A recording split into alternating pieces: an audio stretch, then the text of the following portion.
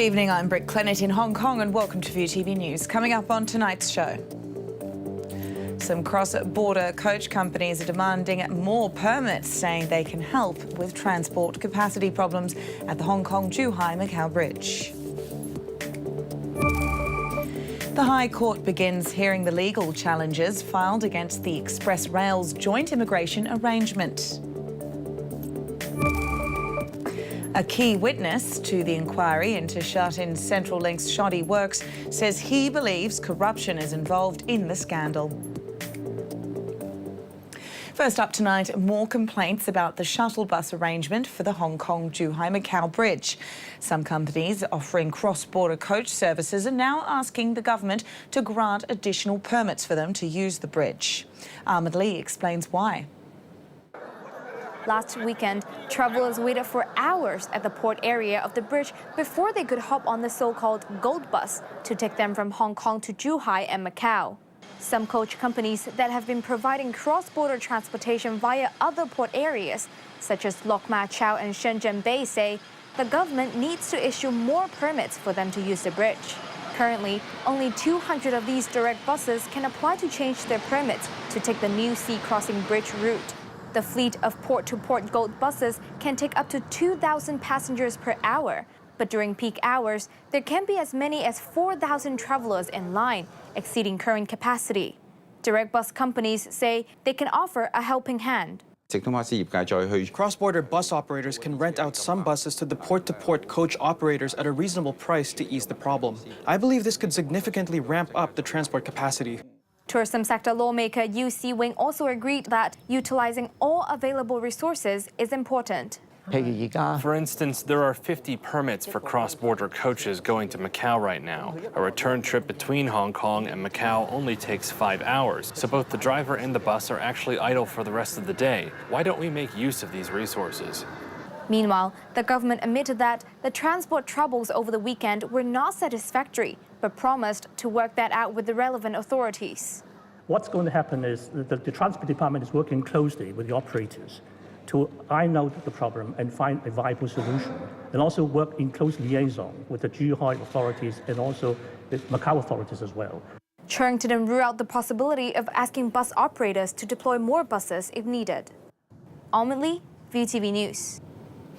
Meanwhile, the acting CE took the chance to underline the seriousness of the Cathay Pacific data breach that affected 9.4 million customers. Cheung said the Privacy Commissioner and police have been investigating the hack. He warned that if Cathay doesn't cooperate, legal action will need to be taken. Senior counsel Martin Lee today called the joint immigration setup for the cross-border express rail madness. That's as the High Court began hearing the 4 judicial reviews filed against the arrangement. Lee is one of the lawyers representing the plaintiffs, including Leung Kwok Heung and Sixus Leung. Lee accused the government of allowing a monster into Hong Kong by allowing all mainland laws to be enforced in the port area at West Kowloon. He described the port area as a one-country, one-system jurisdiction within the SAR, which he says clearly breaches the basic law and tramples on the rule of law. Lee also said the National People's Congress Standing Committee, who endorsed the arrangement, has no right to override local courts' judicial power in Hong Kong. To the inquiry over the shut-in Centrelink's shoddy works now, a key MTR subcontractor in the scandal has accused main contractor Leighton Asia of being corrupt. China Technology also said there are more problems at the site. Lydia Sung has the latest. China Technology boss Jason Poon faced a barrage of questions for a second day as the construction works inquiry hearing continued in Tsuen Wan. Poon told the Commission of Inquiry that he didn't offer a full picture of the events at Hong Kong Station when taking media interviews because he was bound by confidentiality rules. He insisted everything he said was accurate and based on fact, and even dropped a bombshell: there are more problems with the construction. But he didn't elaborate on what the issues were. Poon also denied actively leaking information to lawmakers. Commission Chair Michael Hartman went on to ask why he found reports about people cutting short steel bars at the site alarming. Meanwhile, Poon also confirmed that he saw a bar being grinded shorter back in August 2015. The China technology boss pointed out that this would weaken the bars by a quarter. Hartman repeatedly pressed Poon on why they were shortened in the first place. Poon only pointed the finger at Leighton, accusing the firm of corruption and saying its construction records show they are unreliable. Police are looking for a truck driver who allegedly stole $1.4 million worth of security equipment late last night near Lok Ma Chau. The driver was delivering the batch of security systems from the mainland to Hong Kong International Airport. But at some point, the owner of the goods lost contact with the truck driver and then couldn't locate the vehicle using GPS. The empty truck was found hours later on Kampok Road, but the goods were gone. The case is being investigated as theft. Coming up next, the latest from the world of business.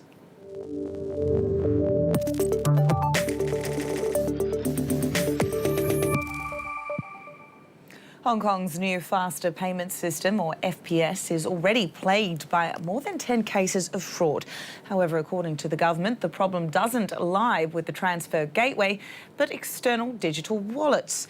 Speaking in LegCo this morning, Financial Services and Treasury Chief James Lau pointed the finger at the lax verification in some payment platforms, such as Alipay.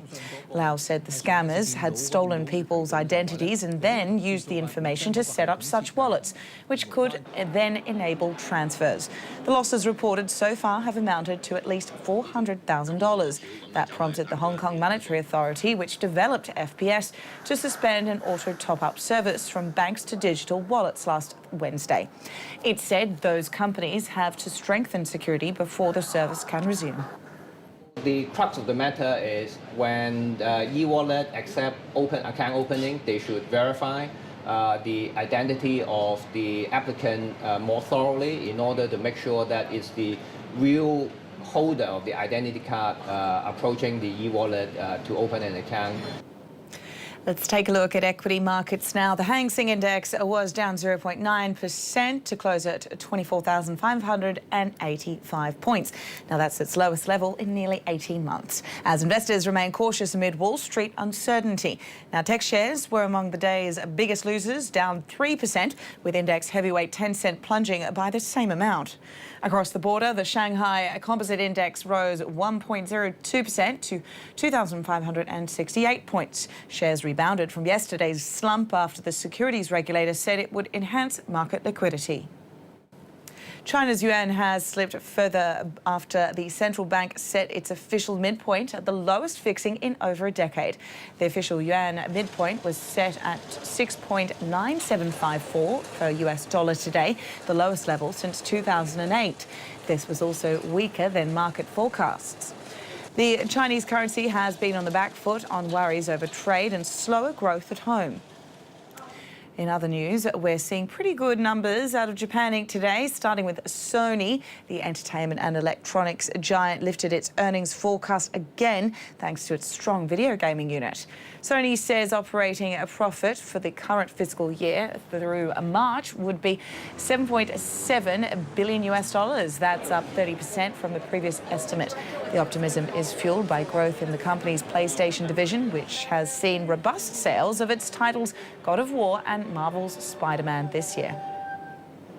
Also in the gaming sector, Nintendo has reported its best quarterly result in 8 years. The company said its July to September profits surged 30%. However, analysts were holding out for a bit more from those second quarter numbers. Still, sales of Nintendo's Switch gaming console are faring well, and more than 5 million units were snapped up between April and September.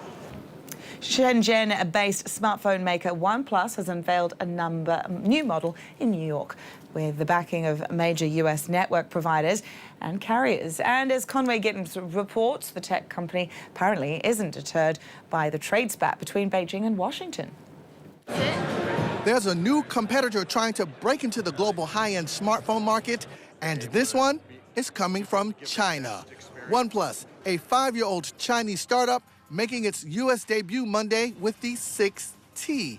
The launch coming despite a trade spat between Beijing and Washington that's straining relationships between two of the world's biggest trading partners. But OnePlus And its American team, including mobile chip giant Qualcomm and wireless carrier T-Mobile, aren't scared off, says Reuters telecom reporter Sheila Dang. On T-Mobile's side, the carrier has again said that their team has looked at the phone, they vetted the device, and they said they've gotten no questions from regulators or the U.S. government on the security of the phone. So both companies seem confident that this will not have any of the same problems as Huawei, for example. Earlier this year, U.S. government worries that China could insert technology into Chinese company phones to spy on Americans, pressured leading U.S. mobile phone carriers AT&T and Verizon to scrap development plans for a high-end phone with Huawei. OnePlus also taking additional steps to soothe security and privacy concerns coming out of Washington. So OnePlus has always said that they've been very stringent on the security of their phones. And one of the new features on the phone is there's a fingerprint scanner. So during the event in New York today, they said that they've engineered the phone to only memorize the fingerprint on the device itself. So it's not going to a server or anywhere different than the phone. It's hoping high-end features like that will lure tech-savvy Americans, just like it did in India, OnePlus's other big bet. But India isn't the States, where brand loyalty to either Apple or Samsung is legendary, and not even a price point that's roughly $200 cheaper than a comparable Apple iPhone or Samsung Galaxy may be low enough to break that hold. It's time for a break now, but do stay with us. Up next, Indonesian rescue teams search the seas for a second day following the sudden crash of a Lion airplane. We'll have the latest.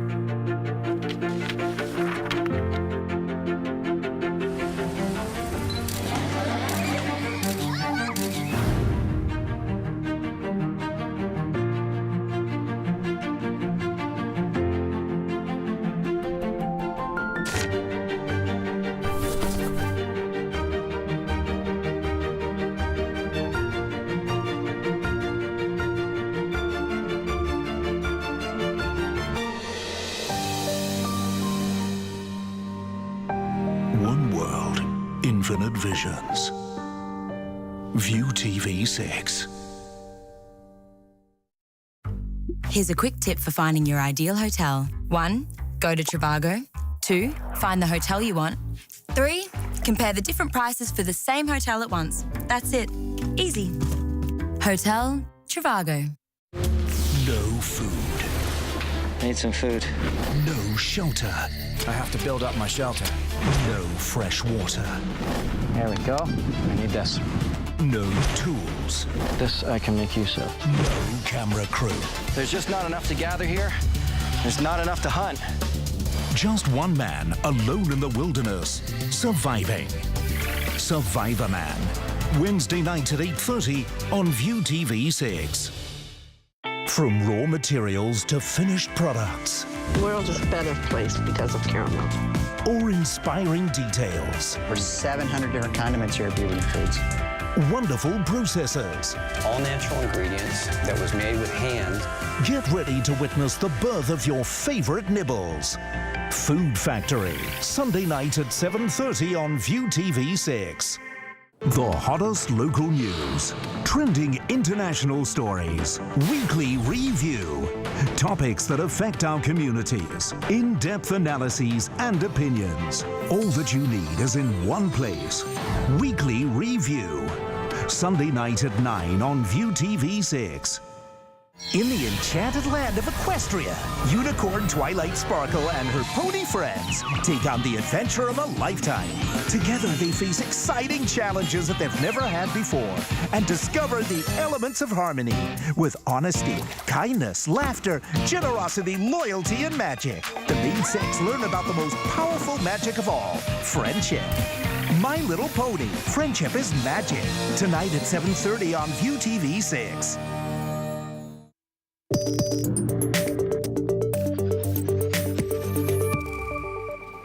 Welcome back. In Indonesia, rescue divers today resumed the search for the Lion Air plane that crashed with 189 people on board. So-called pinger locators tried to zero in on the jet's cockpit recorders and uncover why an almost new aircraft went down in the sea minutes after takeoff. Our Southeast Asia correspondent Melanie Rao sent us this update from Singapore. Yes, well, search operations have entered its second day and officials are trying to recover as much as they can from the crash site. They're trying to piece together the last moments of the fateful flight after it plunged into the sea with 189 people on board. Now, in a statement, Lion Air say human remains have been collected in 24 body bags after sweeps of the site of the crash, and the bags were taken to a hospital for identification, with more expected overnight. Now, Indonesia is deploying underwater beacons to trace its black box recorders and recover why an almost new plane crashed minutes after takeoff. Meanwhile, relatives of those on board the flight say they're hoping for a miracle as they gather at the crisis centres set up at the hospital and the airport. Ground staff lost contact with the budget airline 13 minutes after the Boeing 737 MAX 8 aircraft took off early on Monday. It's worth noting that the aircraft had suffered a technical problem on a flight from the resort island of Bali to Jakarta on the Sunday night, but Lion Air say it was resolved according to procedure, but certainly more questions will be asked about that. Moving on now, the US says it's sending more than 5,000 troops to help secure the border with Mexico as President Donald Trump toughens his stance on immigration ahead of the midterm elections. The deployment is far bigger than expected, with an active duty force comparable to the US military contingent in Iraq. It comes as Trump draws attention to a caravan of migrants that's trekking through Mexico towards the states. Officials say they'll carry out support roles like building tents and barricades. Elsewhere in the US, the man charged in the Pittsburgh synagogue massacre has appeared in court amid criticism of a planned visit to the city by Trump. Robert Bowers sat before a magistrate judge yesterday who ordered him held without bond. He is accused of shooting 11 worshippers to death over the weekend, the deadliest attack ever on America's Jewish community. Meanwhile, the White House offered a sharp defense of the president's response to the attack and rebuked the media for trying to place the blame on the Trump administration. And the president's is not responsible for these acts. Again, the very first action that the president did was condemn these heinous acts. The very first thing that the media did was condemn the president and go after and try to place blame, not just on the president, but everybody that works in this administration. The major news networks' first public statement was to blame the president, and myself included. I mean, that is outrageous that anybody other than the individual who carried out the crime would hold that responsibility. Well, President Trump is also facing anger from the fiancée of slain Saudi journalist Jamal Khashoggi. She's hit out at the White House's response to her partner's killing. The incident at the Saudi consulate in Istanbul has sparked global outrage. Trump has hedged his criticism of Saudi leaders, insisting he doesn't want to risk an order of weapons he says will support US jobs. Now, speaking in London, Hatice Kanji's urged Washington to set aside trade interests and push for truth, while demanding Riyadh disclose more details. This is an incident that took place in a diplomatic mission, and there is no way that any accusation can be made against Turkey. In this kind of situation, the Saudi Arabian authorities are responsible for this. They need to explain too. Well, after more than a decade in charge, Germany's Angela Merkel has announced that this will be her final term as Chancellor. In a move that's taken many in her party by surprise, Merkel says she'll remain in office till 2021 and then step down. David Doyle has the details.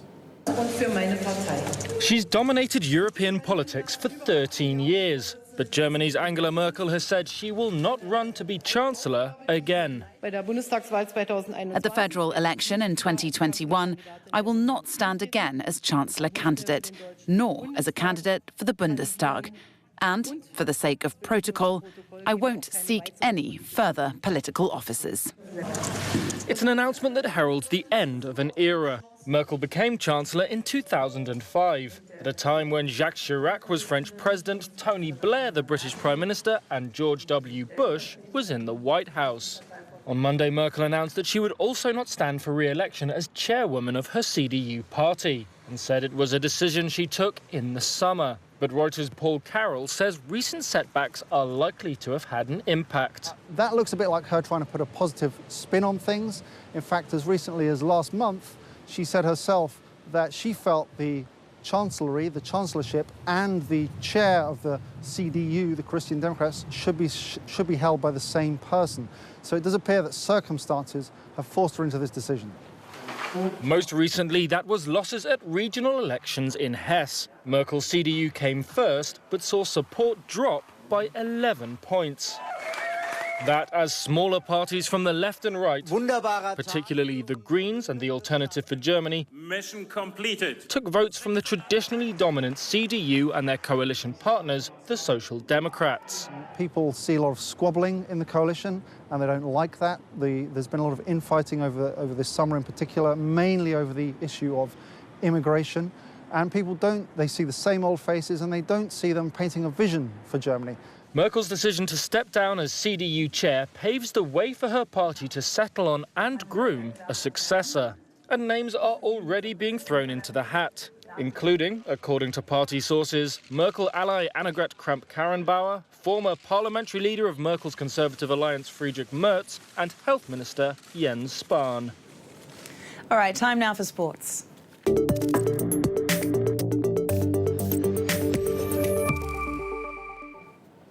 Well, we start with football from the English Premier League. Champions Manchester City cemented a lead at the top of the table last night with a 1-0 victory over Tottenham Hotspur. But it was the Leicester tragedy at the state of the Wembley pitch that dominated the match. An early goal from former Leicester man Riyad Mahrez was enough to secure 3 points for the citizens. Mahrez has paid tribute to the Leicester City owner who died in a helicopter crash over the weekend. Spurs spurned chances to equalise, in particular through Eric Lamana late on.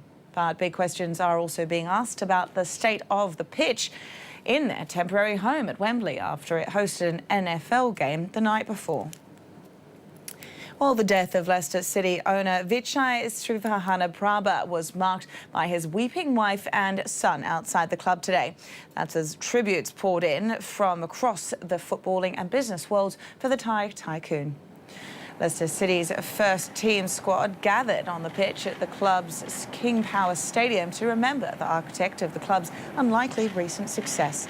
Srivaddhanaprabha and 4 others were killed when his helicopter crashed next to the stadium and then burst into flames after a Premier League match on Saturday.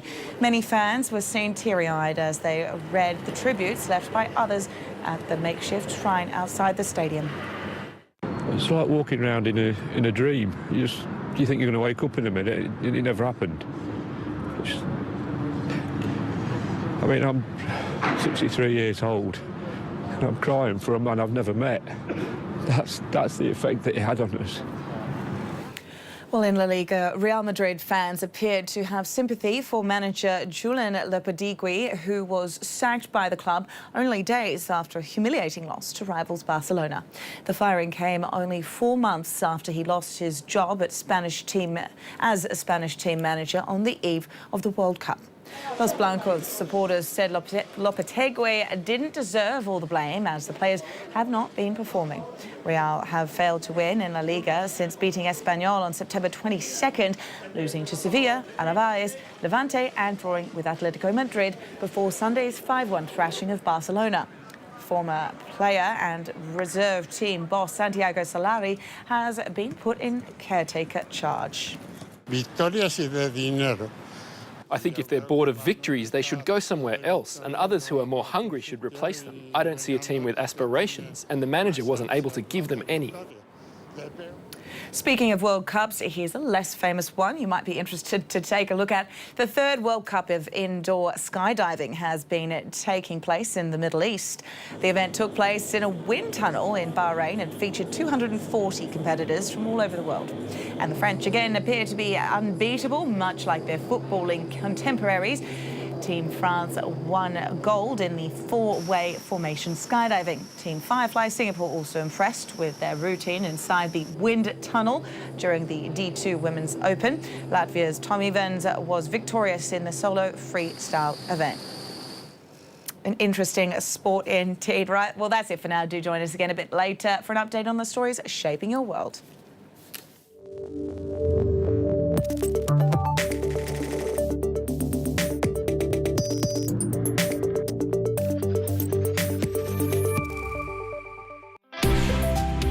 Coming up next, My Little Pony, Friendship is Magic Season 3. There's a saying that goes, all you need is 6 dots to connect the world.